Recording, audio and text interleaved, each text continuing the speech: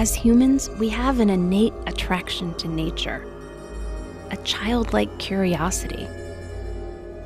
But beware of what you find in the shadows. In Northern California, something deadly is popping up in the forest. This poisonous mushroom is known as the death cap.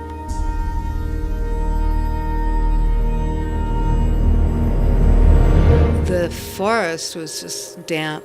It was perfect. Donna Davis went collecting mushrooms one day in 2014. It's very magical when you're up there, and really is quite like a treasure hunt. Felt confident enough that I knew what I was doing. But she didn't recognize the telltale cup-shaped tissue that grows on the bottom of the deadly mushroom.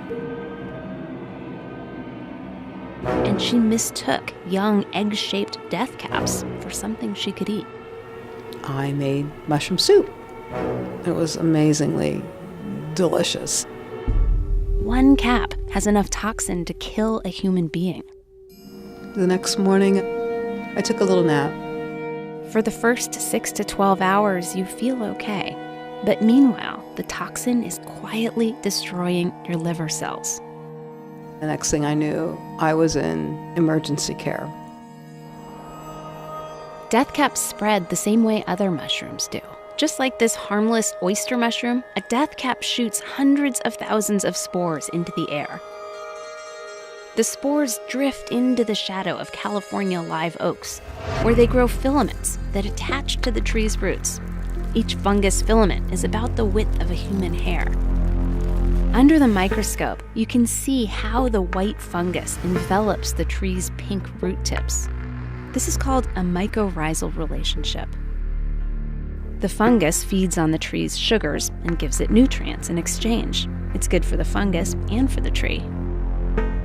And that's how the death cap snuck into California from Europe on the roots of a decorative shrub in the 1930s. Researchers aren't sure why the death cap has evolved to be so lethal. What exactly is it protecting itself from? Humans, we're just collateral damage in some battle that we don't understand. Scientists like Anne Pringle from the University of Wisconsin are doing genetic testing on death caps to see how long they live. If death caps have a short lifespan, it might be enough to pluck them from the ground so the spores can't spread. Less opportunity for people to eat them. I remember closing my eyes and seeing like this beautiful path. And all of a sudden, everything got really dark. And I thought, oh, I'm not supposed to go down this path. Donna survived, but death caps killed 2 people in California that year. It is really brutal. Nature has its own rules.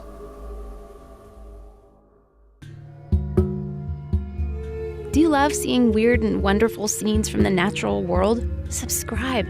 It's a great way to tell us if you think we're doing it right. Thanks for watching.